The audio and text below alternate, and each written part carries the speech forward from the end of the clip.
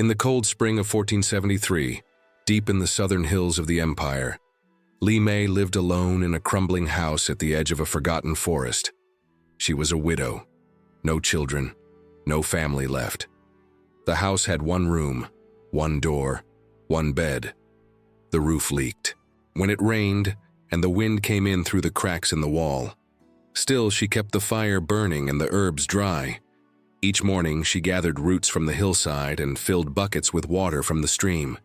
At night, she boiled rice slowly, ate little, and sat near the window sewing by candlelight.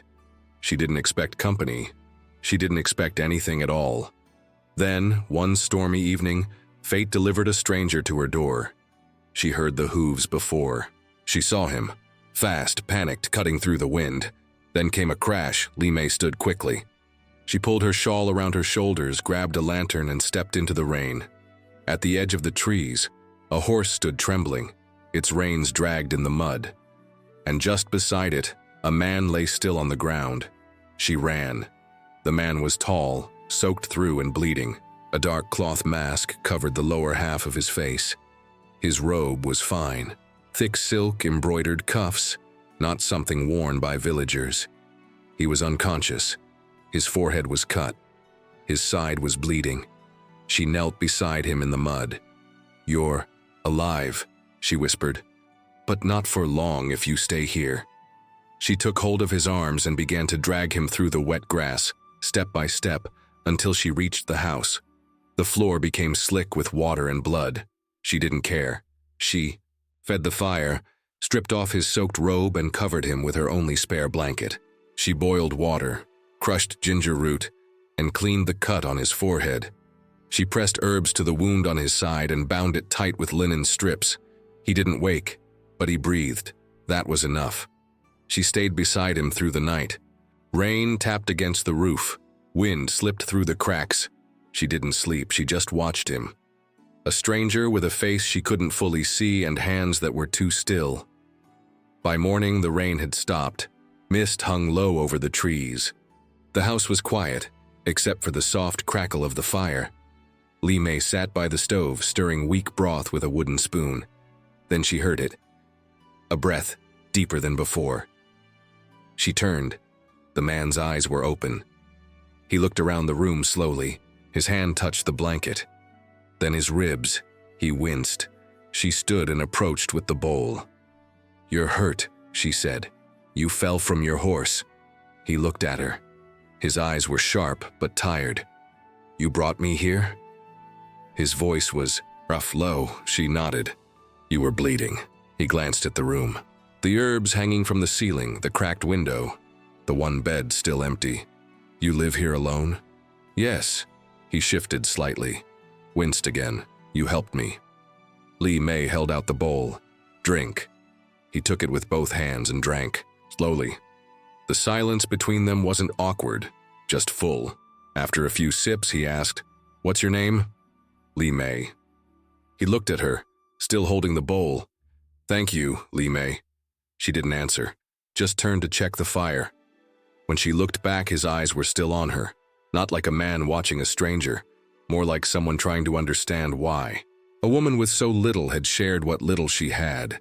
He didn't know that she hadn't shared anything in years. Not her home, not her time, not her heart, not until now. Chapter 2. The Man Behind the Mask. He slept most of that day. Li Mei checked his bandages, changed the cloth, and gave him water when he stirred. He didn't speak much, only nodded when she helped him sit up. His ribs were bruised. His side was still bleeding, but slower now. She didn't ask him who he was, and he didn't offer. By nightfall, he was able to eat a little more. Just broth and rice. She placed the bowl in his hands and waited nearby. The room was quiet except for the fire and the sound of rain dripping from the trees outside. After a few bites, he looked at her. "You're not afraid of me," he said. Li Mei folded a blanket neatly. "You were half dead in the mud. There was no reason to be afraid."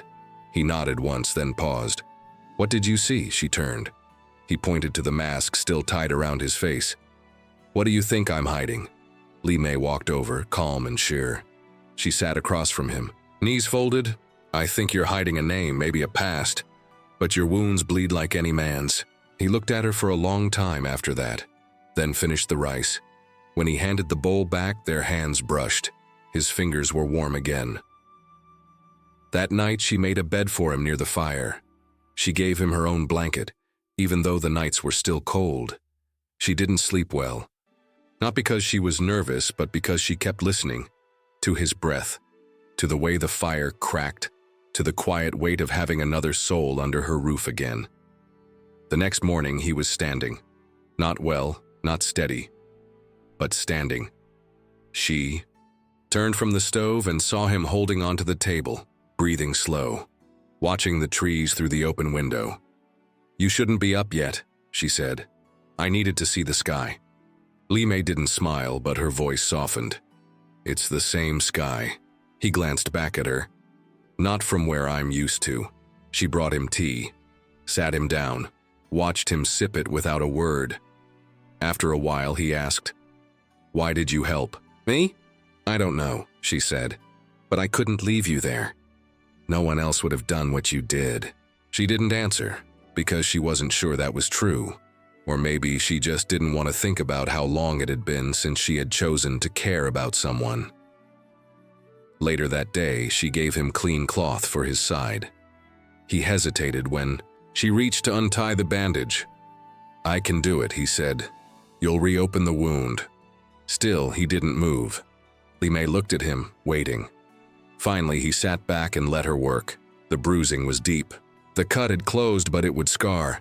She cleaned it with steady hands. He watched her face. You've done this before, he said. She didn't look up. A long time ago, my husband fought in the border war. I learned a lot about wounds. He nodded slowly. I'm sorry. It was a long time ago. She tied the bandage tight and stepped away. Rest, she said.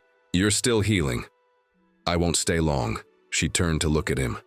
I didn't ask you to. He looked down as if searching for words. I'll repay you. You don't have to.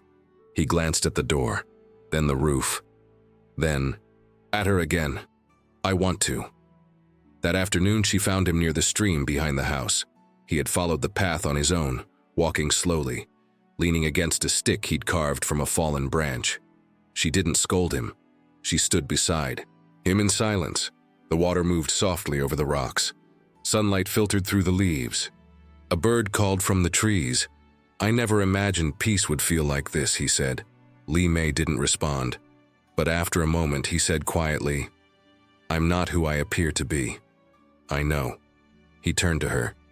Do you? She nodded once. You're someone who bled on my floor. That's enough for now. For the first time since he arrived, he laughed. Just once. Soft. Low. She looked at him. He didn't stop her. That evening, as the sky turned gold, he sat by the fire while she prepared tea. He watched her hands move, watched the way she poured carefully without waste. Finally, he said, My name is Ren. She paused, then handed him the cup. That's a good name, she said. He accepted it, but didn't sip.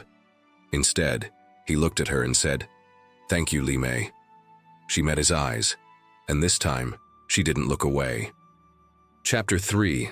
The Visit. He left before sunrise. Li Mei woke to find the mat empty, the blanket folded, the fire low. On the table, there was a bowl of tea she hadn't made, still warm, and a single line scratched into a piece of wood. Thank you. Renee, no other name. No promise, no explanation, just gone. She stood at the door and looked out at the trees. Mist curled around the roots. The trail toward the main road was damp, full of footprints already half erased by dew. She stayed there a long time, not because she expected him to return, but because the house felt too quiet again, too empty. Days passed. She went back to her rhythm, collecting herbs, boiling water, stitching torn sleeves. She sat by the window in the evenings and drank tea that didn't taste the same anymore. But she told herself it was nothing. He was a stranger. A moment. That was all. Then, one morning, she heard voices. 2 men. Polite but firm. She stepped outside. with her sleeves still rolled and her hands wet from washing. A carriage waited at the edge of the path. The men wore dark uniforms, not village guards, not travelers. One of them stepped forward and bowed. "Are you Li Mei?" "Yes." He handed her a scroll. "By order of the House of Zhao, you are invited to the royal gardens. Carriage is ready." She stared at the seal. On the scroll, gold ink, twin dragons. Real. "I think you have the wrong person." "No, ma'am." She looked down at her clothes. Mud on the hem, her hair tied in a simple knot. "I'm no one." The man didn't answer, only opened the door of the carriage. Li Mei didn't move, but something in her chest did. Not fear, something else. The city gates opened at midday. She hadn't been to the capital in years. The buildings were taller, the roads cleaner. But the stairs were the same. A woman like her didn't belong near stone lions and carved bridges. The guards led her through a private corridor, past silk-covered doors and quiet courtyards. The palace was quiet, too quiet. Everything smelled like polished wood and incense. They stopped in front of a wide pavilion with painted beams and open windows. He stood just inside, clean robes, hair tied back with a silver pin. The same eyes. The mask was gone, but it was him. He stepped forward. She bowed quickly. "You shouldn't have brought me here," she said. "You saved my life," he replied. "I owed you more than a thank you scratched on wood." She looked around. "I'm not dressed for this," he smiled just a little. "I'm not dressed like a dying man anymore either." That made her look at him. He wasn't what she expected. Not young, not old. Not hard like a soldier. Not soft like a courtman. But still him. Still Ren. "You're a prince," she said. "Yes." "You didn't say anything. You didn't ask." They stood in silence for a moment. Then he nodded toward a table set near the open window. "There's tea, and something else." She followed him in. The servants had disappeared. The room was too big, the cushions too clean. But he moved like someone used to silence. On the table sat a small wooden box. He slid it toward her. She opened it. Inside was cloth. Fine, soft, pale blue with embroidered edges, and below it folded paper. A plan. A house. Hers, built of stone and wood, near the place where hers now leaned. 2 rooms, a garden, a porch. "I don't need this," she said. "I know. I didn't help you for payment." "I know that too." She looked up at him. "Then why?" He sat across from her. "Because I want you to live with safety, with light, with something better. I'm not from this world." "I know," he said again. "But I wasn't from yours either. And you still opened your door." She left the palace before sunset. He didn't try to keep her. He only said, "You'll hear from me again soon." And she believed him. Not because he was a prince, but because he didn't lie with his eyes. When the carriage dropped her off that night, the forest felt different. The house wasn't bigger, but her breath, well, she stood outside for a long time, then stepped inside and lit the fire. Not because she was cold, but because she wanted the light. Chapter 4. A Promise Made. The workers came 3 days later. They didn't speak much, just bowed politely, marked the ground behind her house, and began clearing space near the old stone well. They brought wood, tools, silk-threaded rope too, measured distance, lanterns to work through the early morning fog. Li Mei stood near the edge of the trees and watched. She didn't ask questions. She didn't stop them, but she didn't help either. It wasn't her firewood. It wasn't her world. By the end of the week, the shape of the new house had begun to take form, longer than hers, with thicker beams and a roof strong enough to hold snow. One of the men bowed before leaving and handed her a letter. Folded. No seal. Inside, just one line. "I will come when I can." Rinshi read it twice, then burned it in the fire. Not out of anger, just to keep it from feeling like a dream. He came 5 days later. She heard the horse before she saw him. This time he wore no mask, no royal robe, just plain travel clothes. dusty at the hem. He dismounted slowly and didn't approach the house right away. She stepped outside and waited near the path. "You shouldn't be here," she said quietly. "I wanted to see it." "The house?" He looked at her.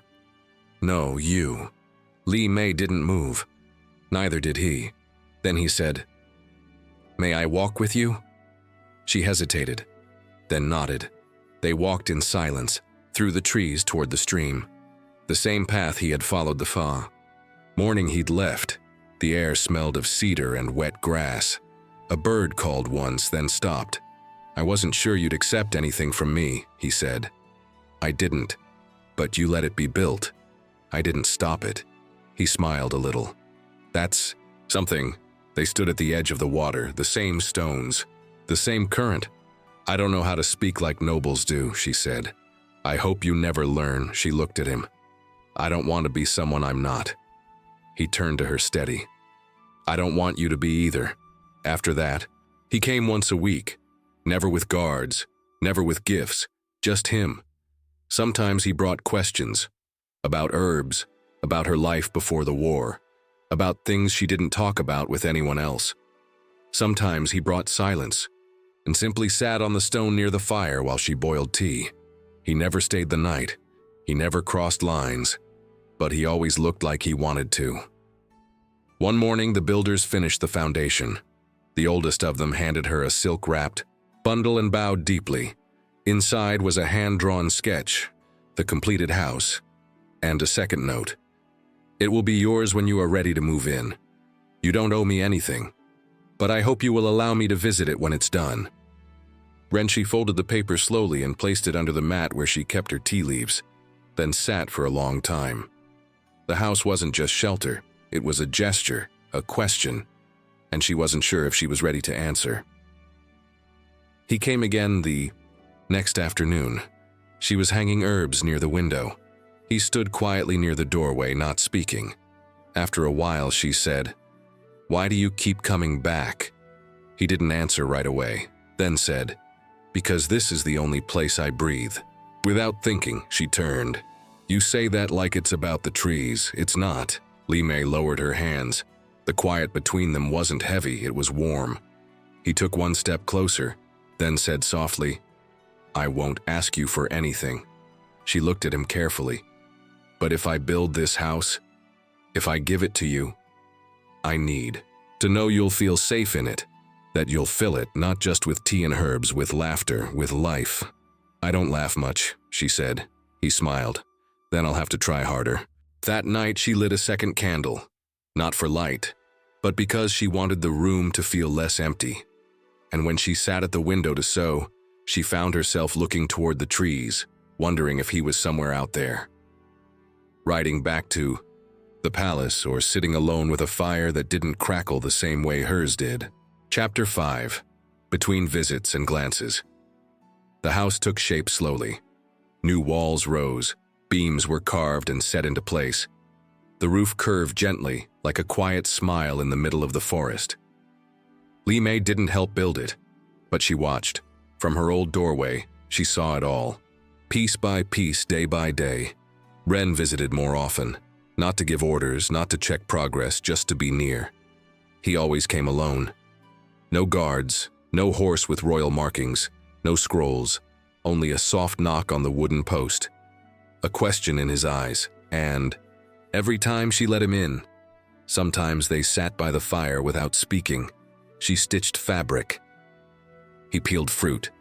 The silence between them was gentle. Other times they walked, down the path to the stream, past the small tree that leaned with the wind. He asked about herbs, about which leaves to dry, about which roots cured fever. She showed. Let him hold them. Let him smell the difference. He listened, always. That was what surprised her most. He didn't try to impress. He didn't try to lead. He just stayed. One afternoon, they shared a simple meal, rice, tea, and one sweet bean cake she had been saving. When she placed half in front of him, he looked at it, then at her. "You don't have enough to spare," he said. "I do today." He picked it up, took one bite, chewed slowly, then said, You give without asking for anything. She poured more tea. You do too, he raised an eyebrow. I gave you a house. You gave me space, she said. That's different. He looked down at the tea between them. His voice was quieter. You're the only person who sees me as a man first. Not a prince? He nodded. Do you miss being one? Not when I'm here. The roof was finished at the end of the week. One of the builders brought a folded cloth wrapped in string. Inside was a gift, a brooch. Deep blue, shaped like a small flower. Simple, beautiful, and a note. If you ever wear this, I'll know your answer. No questions, no promises. Just that. She held it in her hand for a long time, then placed it in a wooden box beside her bed. She didn't wear it. Not yet. He came the next day. She didn't speak of the brooch. He didn't ask. But when he left, he lingered by the door, and before stepping out, he said quietly, Do you know how rare it is to feel wanted for who I am, not for what I am? She looked at him. You're still just a man to me. He smiled almost. And that's why I keep coming back. She stepped forward, adjusted the fold of his scarf. You don't have to leave a part of yourself behind to be seen. He didn't move, didn't touch her. But something shifted. Stillness that felt like closeness. Then he bowed his head slightly and left. The days grew warmer. The last workers left.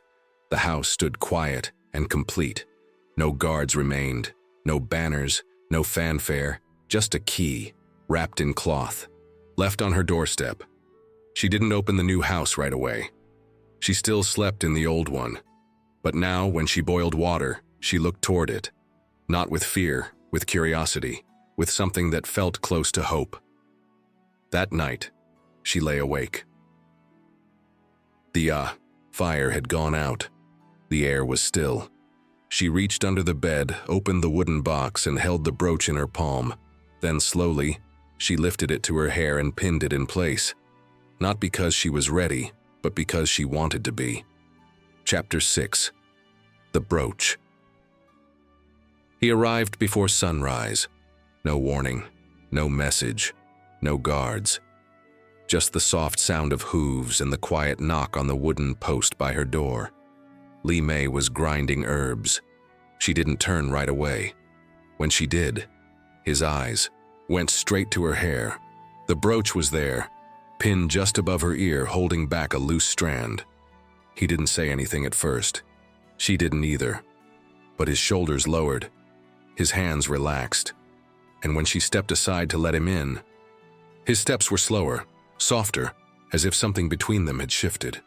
He stayed all morning. They sat near the fire. She handed him a bowl of tea. He took it without a word. Once their fingers touched. He didn't pull away, neither did she. Later, she showed him how to dry leaves for sleep tonics, how to store them in cloth bundles. He watched her hands move. He never looked away. By midday, she walked him to the new house. It was quiet inside. No furniture yet. Just sunlight through wooden windows and the smell of fresh cedar. She showed him the garden space she had planned. A place for herbs. Maybe a bench. He stepped slowly across the smooth floor, touched the wall with one hand. It's peaceful here, he said. She nodded. I think it always will be. He turned to her. This was never just a gift, May. She looked at him carefully. I know. He walked closer, stopped a few feet away. Then why wear the brooch? Her answer was quiet. Because I don't want to feel alone anymore. He swallowed hard. Neither of them moved. Then he said, I won't ask for more than you give freely. I know. He stepped beside her, not touching, not rushing, just standing close enough that their arms almost met. And together they looked out at the space that was meant to be hers. And maybe, in time, theirs.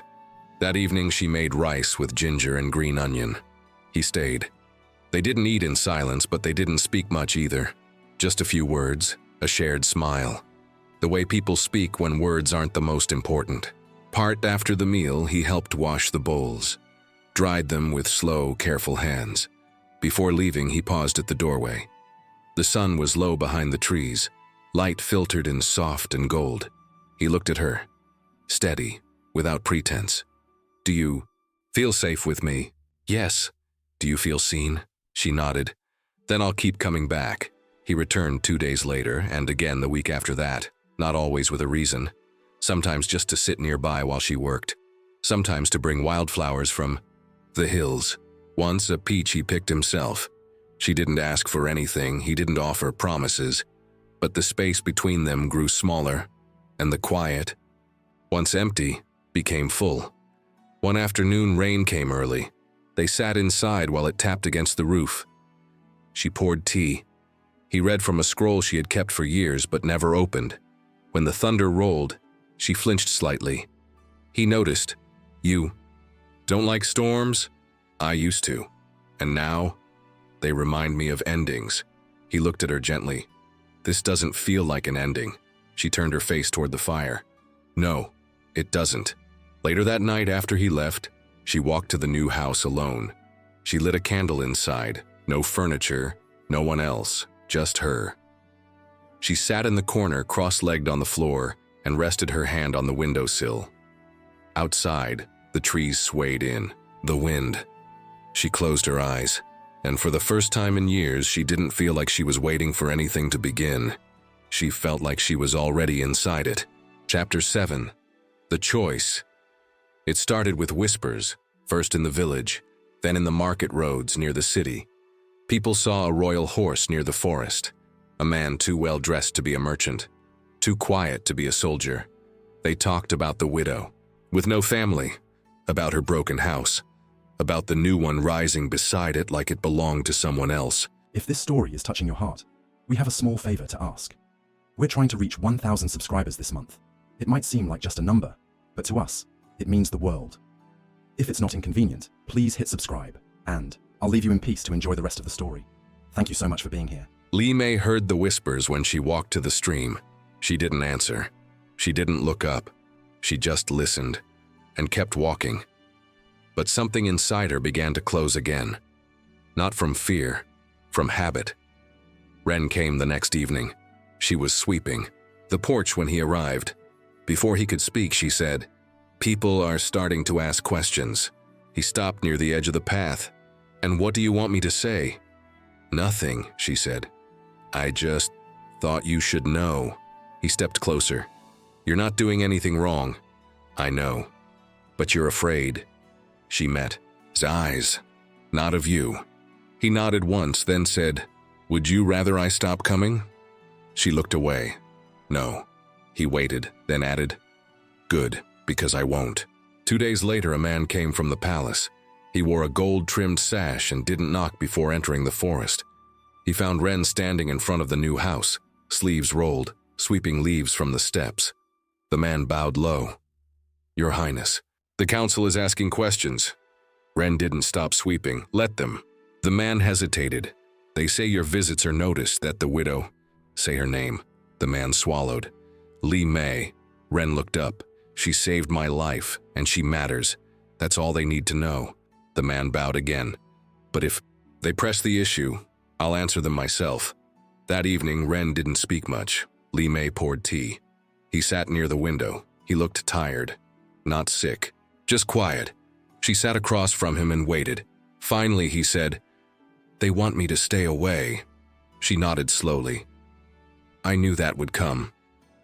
They say a prince can't live in silence, can't be seen with someone like you." She didn't flinch. "I'm not asking for anything." "I know," he said. "That's why I'm still here." He reached across the table. Not sudden, not forced, just his hand, palm up. An invitation. She looked at it, then placed her hand in. His fingers curled gently around hers. Warm. Certain. "I won't leave unless you ask me to," he said. She didn't speak, but she didn't let go. By morning, the rumors grew louder. Someone carved words into a post outside her old house. She didn't read them. She didn't need to. Ren saw them first. He scraped the wood clean without a word, then painted over the spot with care. That afternoon, 2 guards appeared at the edge of the trees. They didn't enter, just watched. When Ren noticed, he stood, in the open, arms crossed. They left soon after. Later that week, a sealed letter arrived at her door. No sender, just fine paper and ink that smelled like jasmine. Inside, only one line. He will not protect you forever. Step away before you are. Made 2. She read it once, then placed it in the fire. It curled, blackened, and vanished. She didn't tell Ren, but he knew something had changed. That night he knocked twice and waited. When she opened the door, he looked at her face for a long time. "You don't have to be afraid," he said. "I'm not. You don't have to hide. I'm not hiding." He stepped inside, stood near the fire, then turned to face her fully. "I've been quiet because I wanted to protect you. Because I didn't want to break the peace you've built." She said nothing. "But it's already breaking," he added. "So let me be clear." He took something from inside his coat, a seal, his own, royal, small, heavy. He placed it on the table. "From today on, no one touches this house, no one touches you." Her voice came low. "And what if they come for you?" He stepped forward. "They already have." She looked up at him. "What now?" He held her gaze. "I've made my choice." He wasn't asking for permission. He wasn't promising forever. He was simply staying. And that to her was everything. Chapter 8. The house they didn't live in. The house was finished in early spring. Li Mei walked through it slowly. She touched each beam, each window frame, each stone near the hearth. It was beautiful, simple, solid, warm, but it didn't feel like hers. Not yet. Not while everything outside those walls was changing. She hadn't moved in. She still slept in the old house where the fire snapped louder and the roof creaked in the wind. But now, Ren visited both. He'd bring tea or fruit or just his presence. Sometimes he asked nothing. Sometimes he talked for hours. Sometimes he only stayed long enough to see her face. And when he left, he always looked back once. Just once. Like he was memorizing her doorway. The pressure came quietly. First a letter, then a summons, then a visit. From a minister in gold-trimmed robes, offering reminders about expectations, titles, and appearances. Ren answered with silence. Then, a week later, he returned to her porch and said only one thing. "They told me to stop seeing you." She didn't reply. He stepped forward. "So I asked them to clear a room in the palace." She blinked. "You did what?" "I'm not hiding anymore," he said, "and I won't let them hide you." Li Mei looked at him carefully. "There will be consequences. I've already chosen them." She moved to the palace 1 week later. No ceremony, no fanfare. Just a quiet room near the back gardens where no one knocked without reason. The servants didn't look her in the eye at first. Some whispered when she passed. But Ren walked with her, openly, hand resting near her back, steady and calm. He didn't speak for her. He just stood with her, and that said enough. The new house in the forest remained untouched. No furniture, no daily fire, but it didn't stay empty. They returned together every few weeks. Sometimes to sweep the floor, sometimes to sit near the window and drink tea in silence, sometimes just to breathe. It became their space, not for duty, not for politics, just for them. One evening in late summer, she arrived first. She opened the windows, lit a single candle. When he entered, he brought a small jar of plum wine and 2 cups. They sat on the porch. The forest buzzed with quiet sounds. Insects, birds, wind through the grass. He poured the wine, handed her a cup. She sipped once, then asked, "Why didn't you ask me to live here?" Ren looked out toward the trees. "Because you deserved more than being hidden." She nodded. "But this place, it feels like the beginning." He smiled. "It is." They started calling it the quiet house. No servants entered. No guards stood outside. It wasn't on any map, but it became the place where they made real decisions, where they argued over nothing, where she fell asleep once with her head on his shoulder, where he kissed her palm during a storm, and where neither of them had to pretend to be anything they weren't. Years passed, he rose higher in the court. She remained simple, still drying herbs, still speaking softly, still walking with bare feet when no one was watching. But the house in the forest never stayed empty for long. They went there often, sometimes every week. Sometimes only when the days felt too heavy inside the palace. They swept the dust, trimmed the plants, they lit a candle, brewed tea, sat in silence, or talked for hours, depending on what their hearts needed. It wasn't just a place to visit. It was part of their life, a piece of them outside the world. And everything that mattered most was still there, in the walls, in the floor, in the silence they built together. One winter morning, she arrived early.